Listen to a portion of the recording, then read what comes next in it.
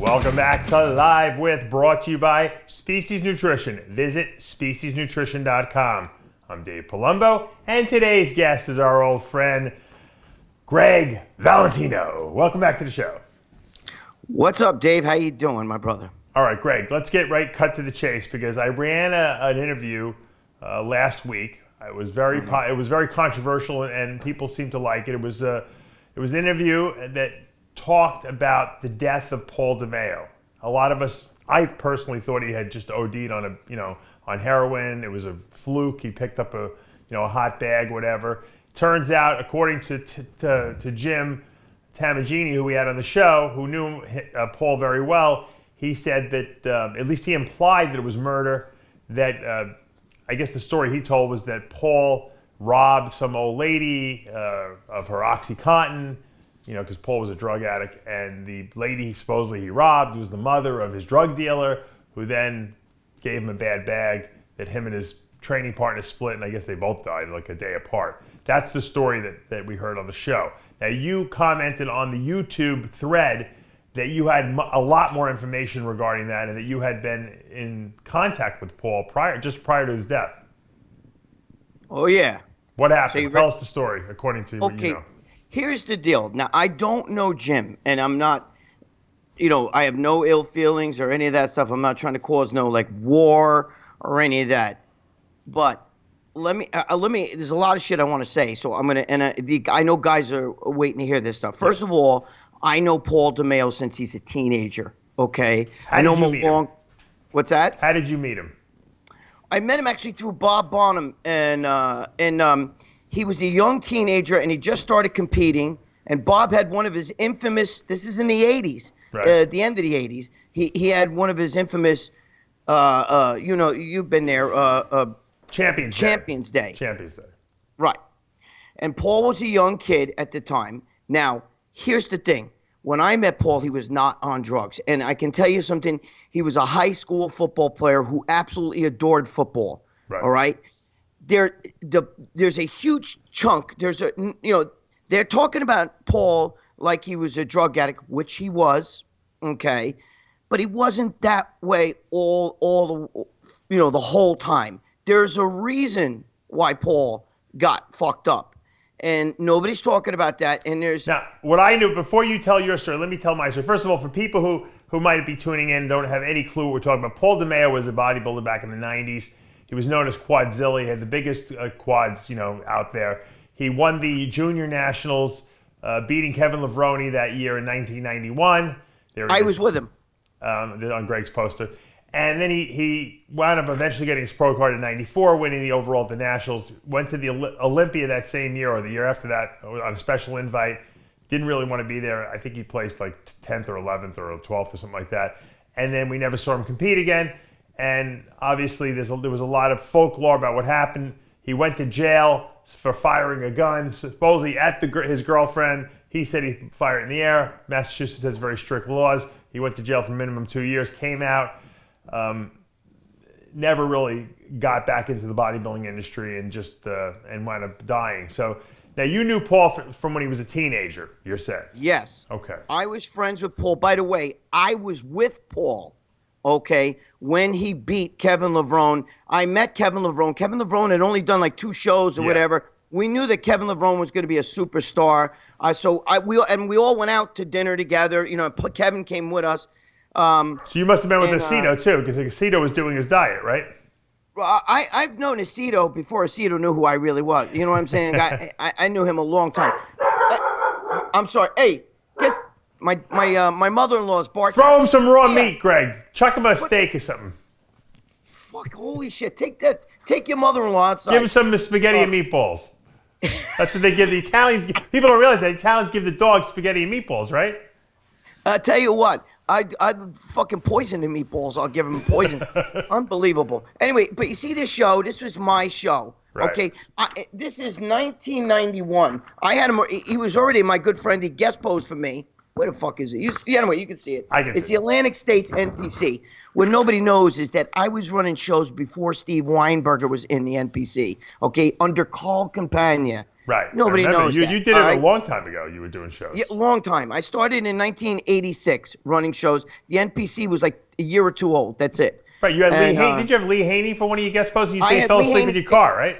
Lee Haney stayed at this house. Yes, he fell asleep in my car, and he sleeps with his eyes open, by the way. You know, like somebody would have partially open. So I thought he died. My mother made him spaghetti, meatballs, and sausage. He ate so much, I thought he exploded. But he was on the same table I'm talking at right now, and he was here for 3 days, you know? Wow. And, you know, I'll tell you what, in the 80s, he was so phenomenal. His waist was so small, and yet he weighed almost 280 in the off season, and there was no fat there. That waist was maybe 32 inches at 280. He didn't, you know, he was a genetic freak. Last set, best set, first set, worst set. You know, he always had these.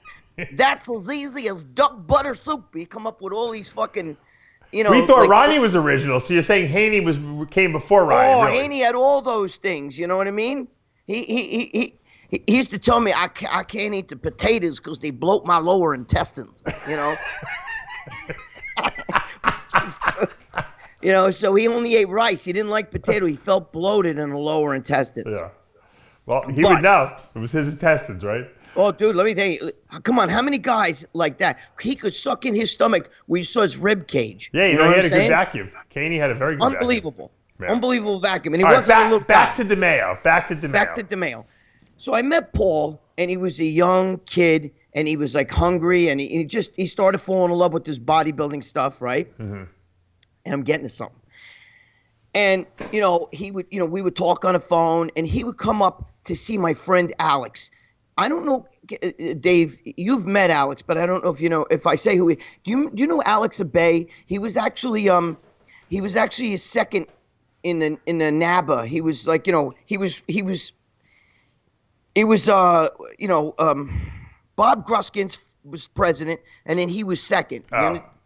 Do you know what I'm talking about? I don't know. That's even before my time, Greg. To tell you the truth. Yeah, you met him, but you've met him. I know he knows you and stuff. You've met him. You just don't. And Alex was really close with Paul. And what happened was, here's what people don't understand, because I felt like that show was just making Paul look like this maniac drug dealer, drug user, drug addict. And I could tell you, Paul was a very innocent guy. I'm going to tell you why he got on drugs, and I'm going to tell you how it all happened. Yeah. But I got to tell you, he used to tell me stories, because Matarazzo and him grew up in opposite neighborhoods. Right. And the guys from Matarazzo in his neighborhood used to be like, yeah, fuck you, fuck DeMayo, bro. Matarazzo's the guy, you know. and DeMayo's neighborhood would be like, yeah, fuck that, DeMayo's the guy. So they were kind of rivals. They were friendly rivals. Sure. And Paul used to tell me, Greg, I knew Matarazzo before he even knew who I was. He said, I used to drive by his house, and I'd see him outside cutting the grass, and he had the biggest fucking calves. He said, even before he was huge up in the upper body, he said his fucking calves were humongous, and I'd watch him. He said, sometimes I'd just go around a block, he didn't know who I was, and I'd watch him again. He goes, because I couldn't believe the size of those calves. Because unless you people out there have ever seen Mike Matarazzo in person, his calves were unbelievable, just like Paul DeMayo's thighs were unbelievable. Paul had great calves too, you know. What's that? Oh yeah, he had foot. I mean, this is his picture. It's not fucking. This is from 1991. There was no Photoshop there. It was nothing. Right. His calves and his thighs, bro. You talk about Big Rammy. This fucking guy's thighs. You can put some pictures up of Paul, while we're talking. What's that? We'll put some pictures up of Paul while you're talking, so people get an idea too. Okay. His hamstring, his waist was not real big. I mean, that sweep on his thighs, you don't see that today. I mean, that's why they called him Quadzilla. I mean, he had the craziest legs of all that. Matter of fact, I mean, that guy Jim Tamagini even said when he was playing football, his legs were huge. He wasn't even training really, you know. Yes, he had big legs. He even told me, when I was a kid, I had big legs, So now what happened was, I call him the Kelly Ryan Titus of male bodybuilding, because what happened to him is similar. This is what happened. This is how we got on drugs and everything else happened. Paul, all the way up to when he was up, to the Nationals, Paul was dating a girl. I believe her name was Jill. I knew her very well, but it's been fucking 20, a long time. Sure. Okay. Jill. I'm pretty sure it's Jill. Okay. I knew her. She was a nice girl. They knew each other since not elementary school, but like 6th grade or something like that. And they started dating. And she would do everything for him. And he, they were like a little team together, typical boyfriend and girlfriend, and he would tell her, oh, one day I want to be a big bodybuilder. And, and she followed him. She was his biggest fan and she was his number one.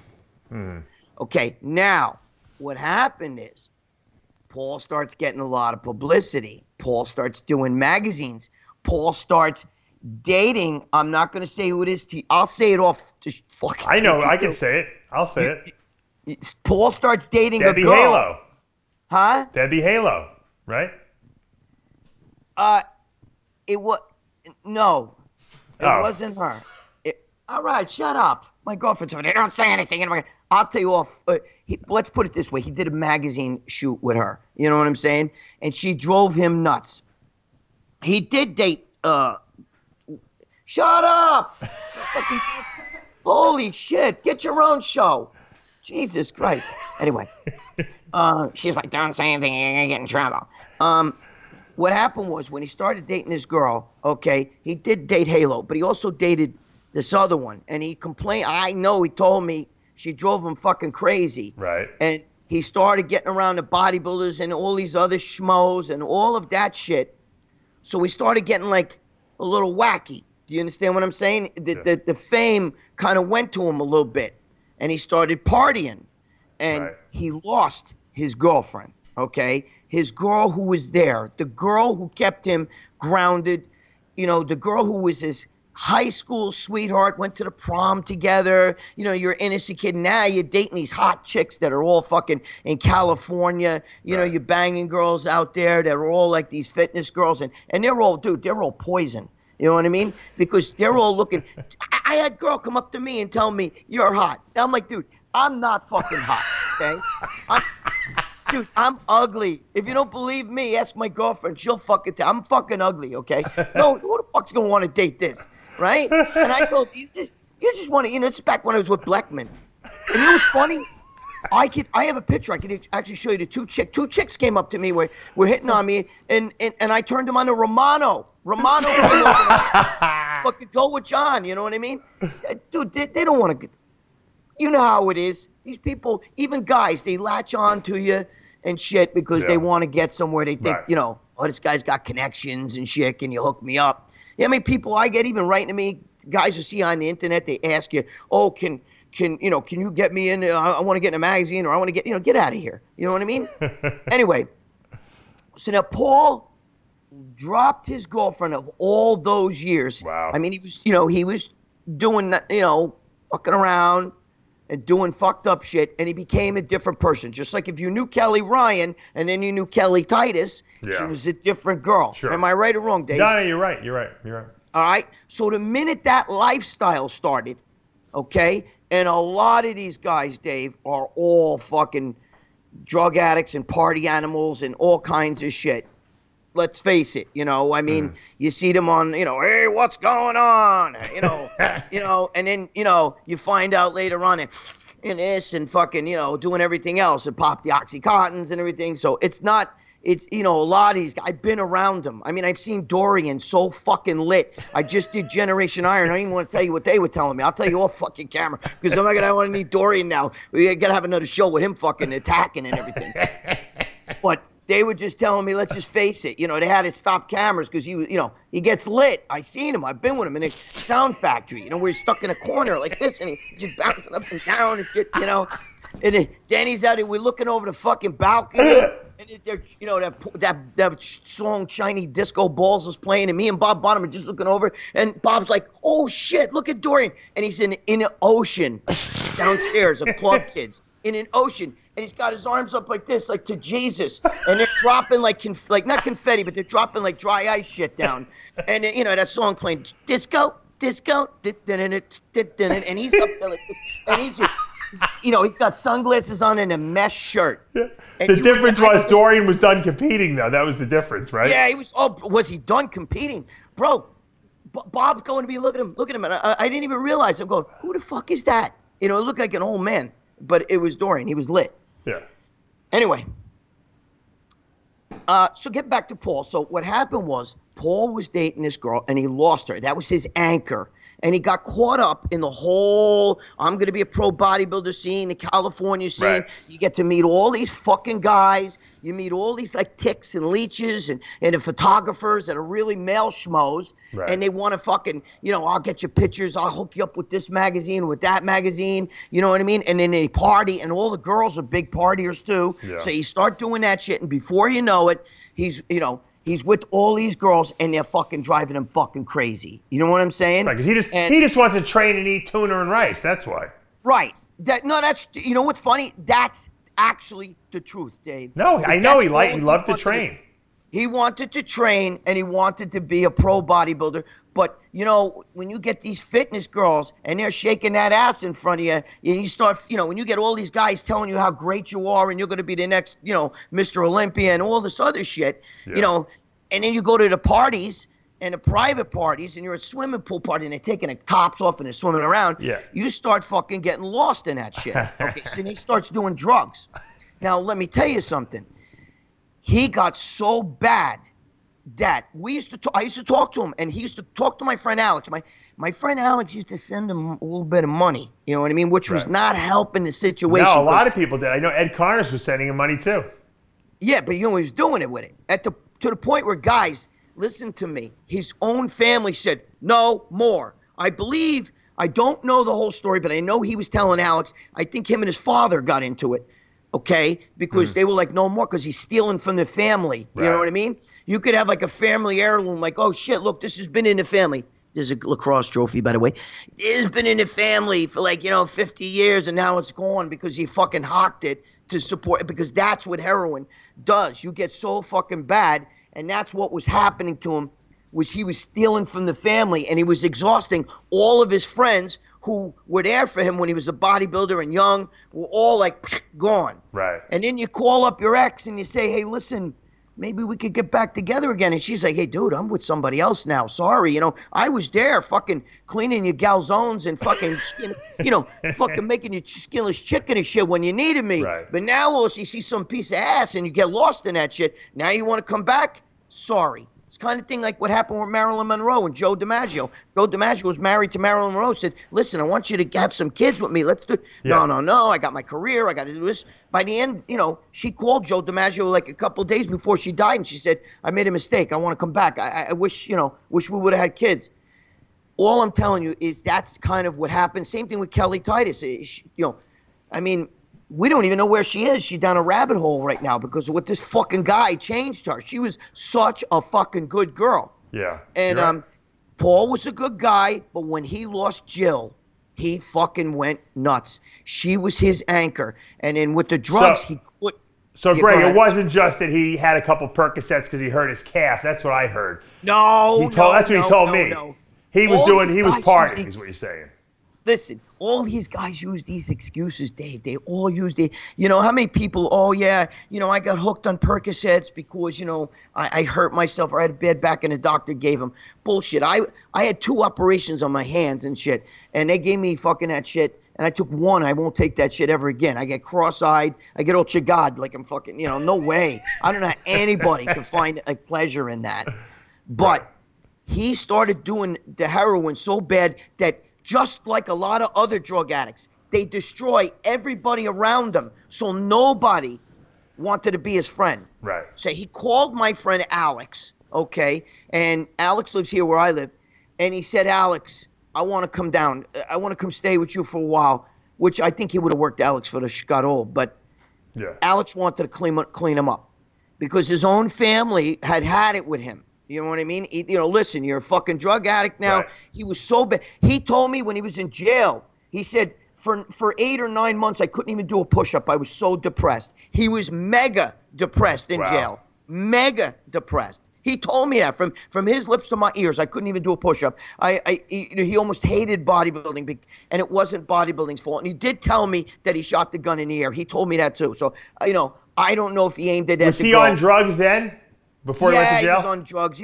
But so was the girls he was with. Those girls are really fucking nuts. You know what I'm saying? Right. Who did he shoot the gun at? Which girl was that? Was that another girl? I'm not. I get. You know what it is? I get it mixed up. I'm not sure if it's. I'll tell you who later. If I say the name on here, I don't want her to fucking. I'm suing. You know what I mean? Well, if it's true and you can't sue.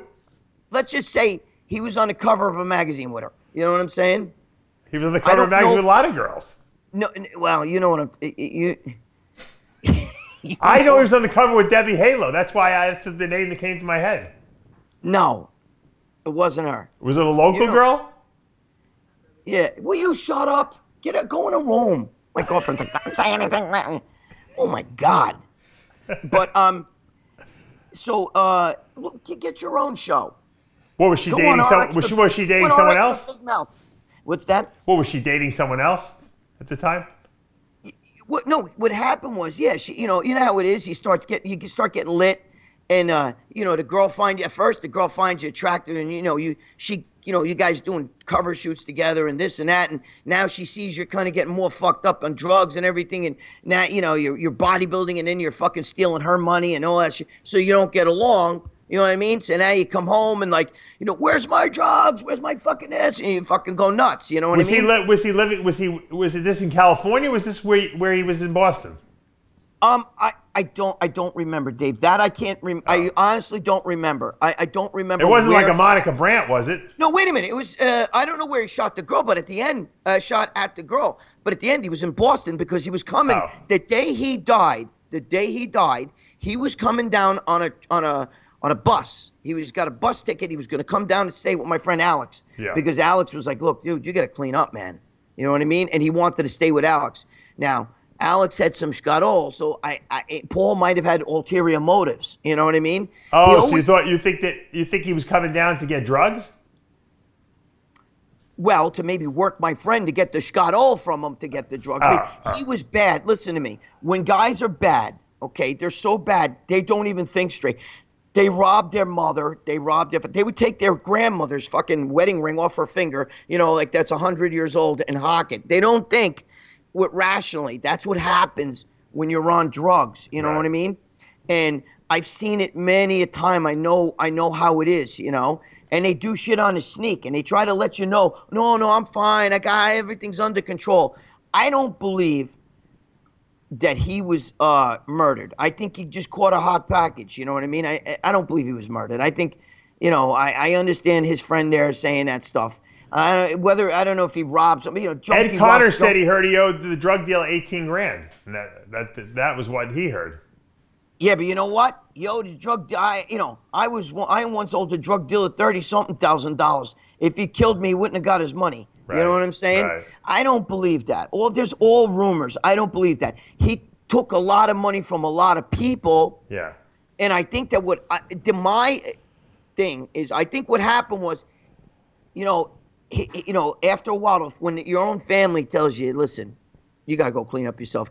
Don't come back until you're clean, because this is bad.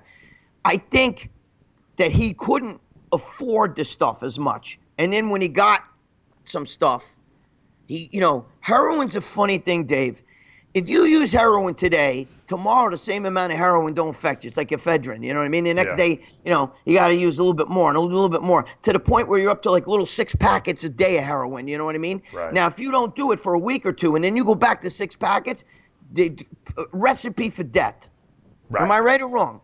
Yeah, because your receptors can't handle that much. It's like an overload at that point. That's what happens. That's why a lot of people die. You know what I'm saying? I'm just saying, if you don't know what you're doing and you go away from it, even for a day or two, and you come back to that big amount, your body's not, I think, because he was jonesing for stuff, he kept calling up, I talked to him on the phone, Alex talked to him on the phone, and he would, say, listen, I want to clean myself. He wanted to clean himself out, but when, what you want and what you do, dude, I was one of the last people to talk to Chris Bell's brother, okay? Mike Bell, who passed away. Yeah. Dave, I got the fucking recording here with his father. He called me up at like 2, 3 in the morning. He used to call me up 2, 3 in the morning, really lit, you know. And I'm stupid. When I first was talking with him, he goes to me, look at my hand. It's all fucking swollen. He goes, I think I got an infection. And I said, why? What happened? He goes, I shot growth hormone in my hand. And he goes, now it's all puffy. You know what I mean? So I told him, well, you should go to. I'm gullible, bro. I believe all this shit. Yeah. So I told him, go to the hospital, bro. That's a fucking abscess. Go to the hospital. So I tell his brother Chris. Chris goes to me, what are you, stupid? Wait, it's fucking. He's shooting heroin. And I'm going, oh shit, I didn't know that. Yeah. So one night I get a phone call, right? And he calls me up and he's like really, really bad. I can tell So I call up on the other line. I call up on my other phone. I call up his brother Chris. I said, Chris, listen, Mike's really fucked up, bro. He's on one of his bad trip. And he goes to me, call my mother and my father because I'm not going over there. He'll kick the shit out of me if I go over there when he's fucked up like that. So I call up his father. This is 2 a.m. I wake his father up. They were back upstate. I mean, they were here, and he was out there. Right, and he was with Chris Bell, who did Bigger, Faster, Stronger. He's talking about. This is the brother, Chris's brother, Mike. Yeah. Right. So and I love Mike. He was a great guy. We were good friends. And he went and his wife was sleeping upstairs. I didn't even know that. But his parents got a hold of his wife. They came. The ambulance came. They cleaned him out and they put him away. They put him in a hospital. Right. 2 weeks later, I get a great phone call from his father, Greg. Thank you so much. You know, Mike is doing great. I haven't seen him. He's been clean for 2 weeks. This is like the longest he's been clean. He's doing so good. I'm so impressed with him. Oh, thank you so much, Greg. This is great. Son of a bitch, I get a phone call 2 days later. He overdosed and died. You know what I mean? Because what happens is these guys go back to what they were doing. And if Paul DeMayo couldn't get any money and he was jonesing for shit out there, okay? Yeah. And that's why he's planning for a trip to New York here, maybe to get with my boy Alex, give him the old fucking song and dance off, maybe fucking, I don't know, maybe rob something in his house, take money from whatever. But he needed money.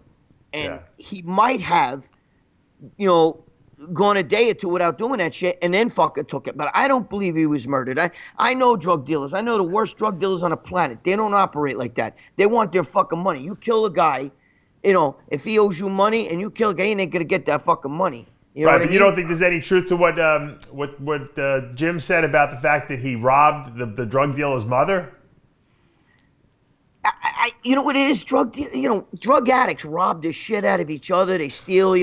I believe he might have robbed the guy's sister. But I don't believe the guy's going to kill him for that. The guy would fucking make him his bitch more than anything else. Okay, this is what you need. You want this heroin? You come to me. You got to give me X amount. He would almost pull mafia shit on him. You know what I mean? Right. And those drug dealers are low life fucks anyway. If they were mad, they would have just beat him with a bat. I don't know if I believe the hot package thing. I mean, He might have caught a hot package, but I don't believe it was planned. Greg, what was Paul looking like right before, he died? Was he still muscular? Was he still built? Yeah, he was. What's funny? He was still pretty fucking built. He was still pretty built. In his face, though, his face didn't look right, though. Yeah. You could see it. His face, his eyes, he had that look. You know what I mean? He had that look, like he had a stare in his face. He didn't look good. He didn't look good, you know what I mean? He was such a good kid, though. And this turned him into like a Frankenstein. This turned him into a monster. I mean, he was still a good guy, but one of those guys, I'm so fucked up, but my car's in the impound. I can't even get it out. You don't even got a car. You know what I'm saying? Yeah. It's because he needs to shut up. Right, he needed the money. He needed the money, yeah. Right, they lie. They'll tell you anything. They'll steal from the grandmother. They'll dig up their grandfather's grave and take his fucking jewelry off his dead end.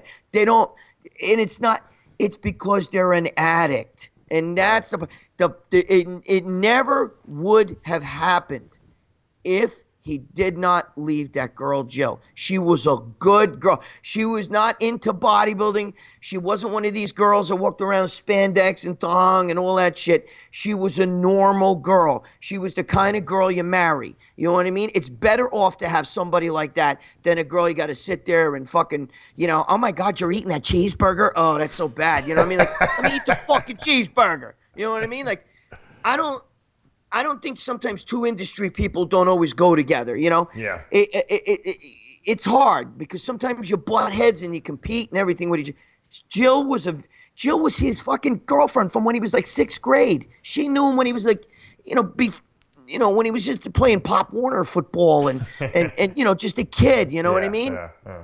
So, when you change like that, when you make that kind of a change in your life and all of a sudden you start getting the Hollywood type life and you're out there and you're in California, and Gold's Gym back in the day was a hub for fucking craziness. You know what I'm saying? Oh, yeah. Everybody partied. You were there. Everybody was wild. You were there.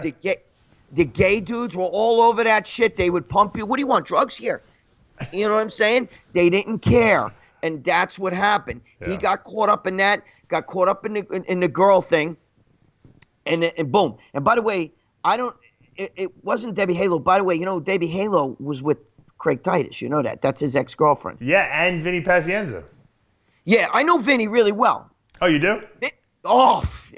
Vinny's a maniac. I love Vin. You don't like him he doesn't like to be called Pazienza anymore. It's Paz, Vinny Paz. Yeah. Yeah, I know him really well. Joe and I did some shit with him and stuff, but I know him personally, Mm-hmm.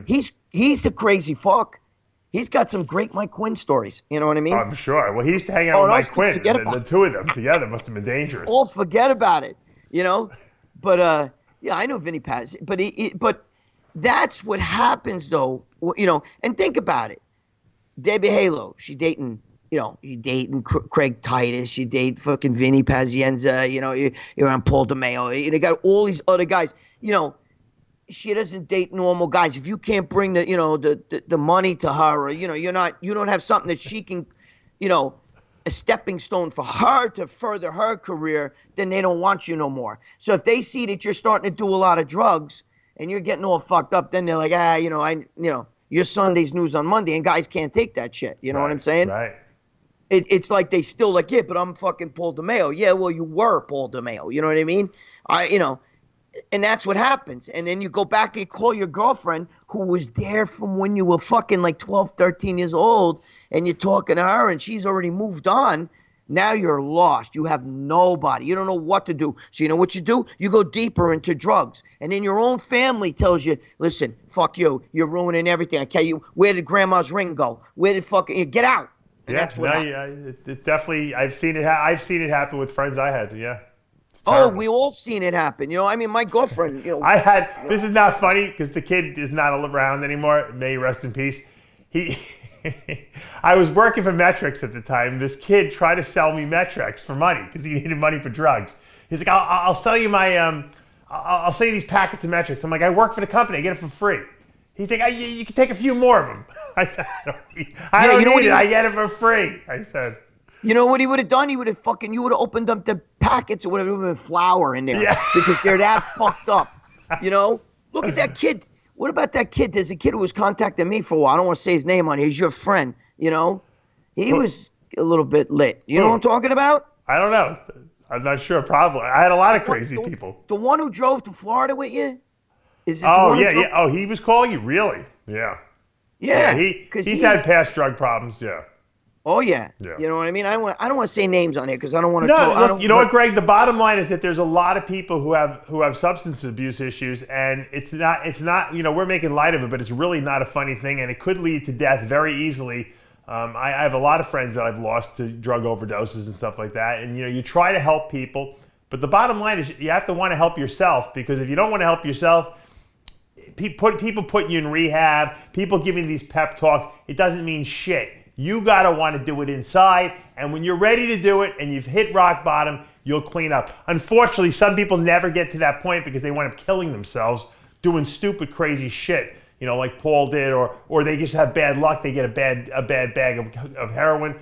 It's a terrible drug, and you know what the bottom line is? Drug addiction is the stupidest addiction of all time, because when you're doing it that you don't want to be doing it, but yet you can't stop from doing it. You can't. Completely illogical,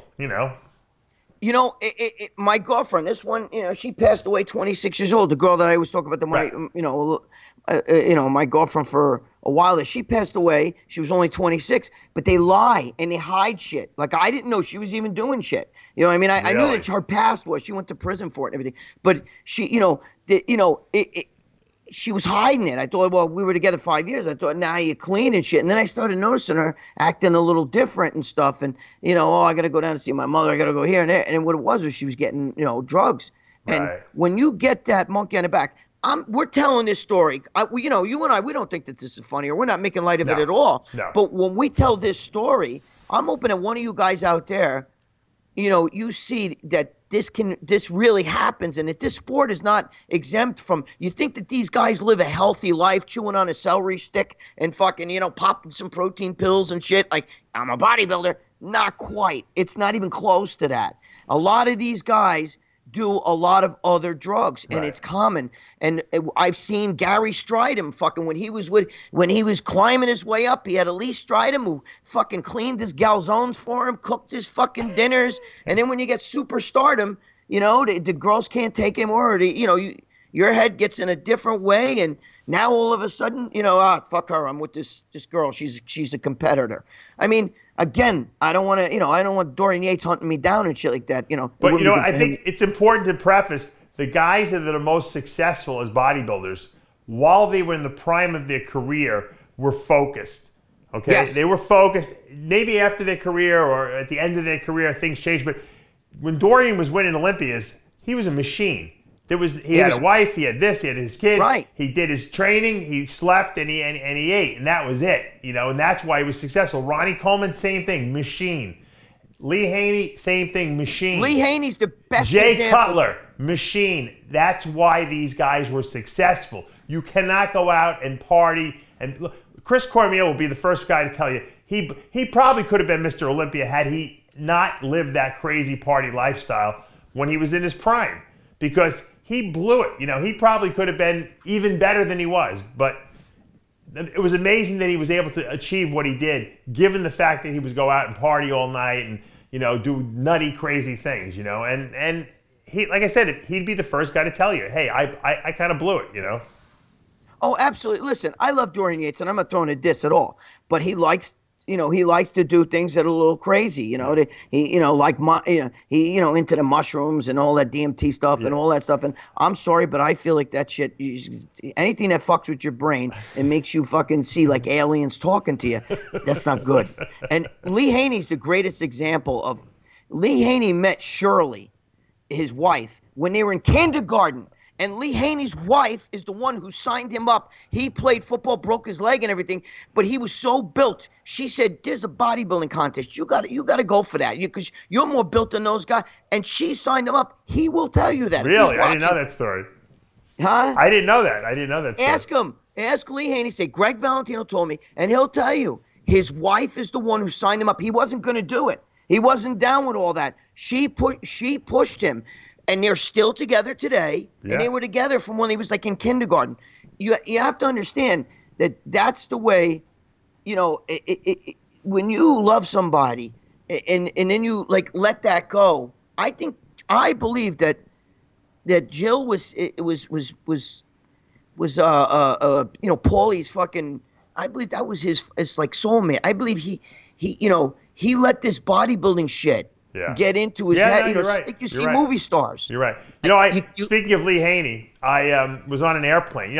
I remember growing up, watching Haney winning Olympias, and his son was always up there. He'd bring his son up on stage, and his daughter when she was born.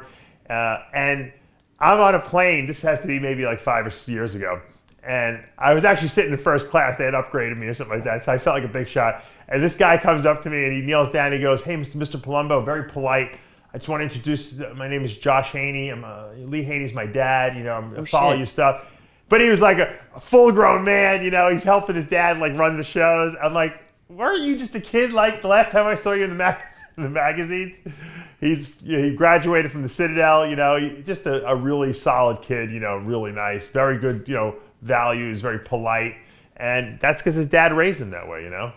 Dude, let me tell you something. Lee Haney was at my house for 3 days in 1987, which was his peak. And he used to call his wife. First thing he did when he woke up in the morning, he used to call his wife, Shirley. He would talk with her and stuff. And he would, he was a great man. And he's also one of those God-fearing men, Yeah. He does, he believes in all that. And some of you people like, there's no such thing as God. Whatever. Okay. You say that until you're on your deathbed or your mother's on her deathbed, and then you want God to help you out.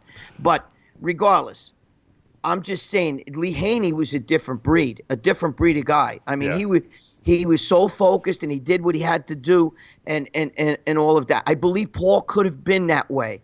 It's when he lost that girl, and you ever watched a movie? I forgot what movie it was, where Keanu Reeves is in a fucking pit, and these two vampire chicks, they were like drinking his blood, and he couldn't get up, and it took another guy to come get him.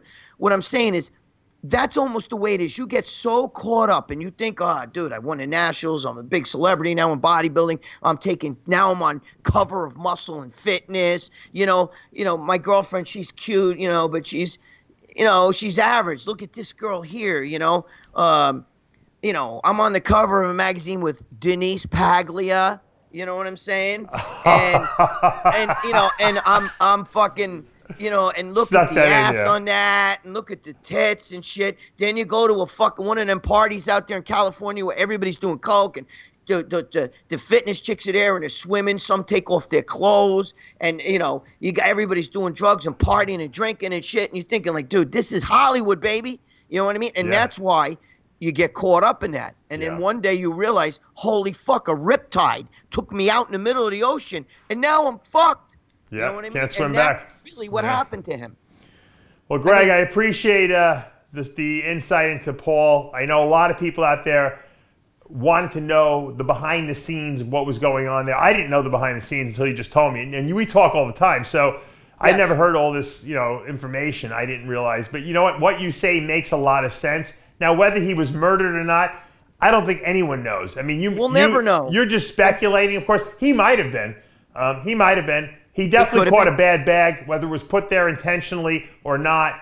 No one shot that into his veins except for him. So ultimately, if you're going to do drugs, you have to be responsible for the repercussions of doing the drugs as well. And unfortunately, what people don't realize who do drugs is that it's not really yourself that you're hurting as much as you're hurting the people around you who love you, the families, the wives, the kids. Oh, yes. And that's why I believe that the drug addicts are very selfish, because of that. And it's one thing if you're single and you don't have any ties to anything, but it's another thing when you're affecting the lives of a lot of people.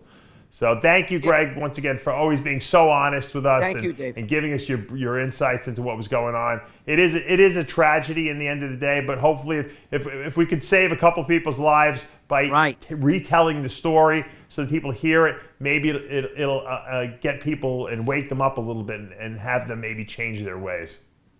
Dave, can I just say, I just want people to know, okay, Paul DeMayo, the one reason why I really want to do this too is because I don't want you to think of Paul DeMayo, the drug addict, okay, the heroin addict, the loser who, went to jail and shit. Poor guy couldn't even do a push-up in jail. He told me, he wanted to kill himself. He was very depressed, because one minute you're winning the nationals and you're around all these celebrities and out in L.A. and, you're doing all this shit and you're on the cover of magazines. Next thing you know, you're sitting in fucking jail. Yeah. You know what I mean? Been there, done that. But what I'm saying is, I want them to remember the great bodybuilder because he was a great up-and-coming bodybuilder. I mean, those legs on him were legendary. There's not too many pairs of legs like that. You'll see some big legs. Or too many pairs of arms, Greg. He had great arms, too. His arms were humongous. People forget that. Those arms were huge. They matched his legs. He probably had the biggest. I mean, when it was between him and LeVron had some fucking cannons on him. I mean, LeVron had him in the shoulders and shoulder width and everything, but I mean, the arms, DeMayo's arms were unbelievable. I mean, think about it. You talk about Tom Platz having the best legs of all time, but Tom didn't have a good upper body. He had a small upper body. DeMayo's upper body really balanced his legs, Oh, yes, but you know what the other thing is, though? Tom had, pound for pound, the biggest legs ever, but his leg structure wasn't as pretty as DeMayo's. DeMayo's hips were narrow. Do you understand what I'm saying? They were look at, I mean, this is a poster that was made in 1991. This isn't some internet Photoshop. I mean, the kid had narrow legs. I was taken out of a swimming pool. He gave me the actual photo. I think my girlfriend sold it on eBay. But you know, but the legs actually came out. You know what I mean? Like the structure of the leg too was just amazing. And hamstrings. A lot of these guys, Big Ramy got them big thighs, but the hamstrings are, you know, they're gone, man. They're missing in action. You know. Yeah. So are the calves, but that's another thing in itself. Greg, we love you. Thank you for coming on, taking time out of your schedule, and we'll have you back next week on After Hours podcast, hopefully. Absolutely. All right, guys, that's going to take us to the end of another episode of Live With, brought to you by Species Nutrition. I'm Dave Palumbo. We'll see you next time. Thanks a lot, Dave. Thanks, Greg.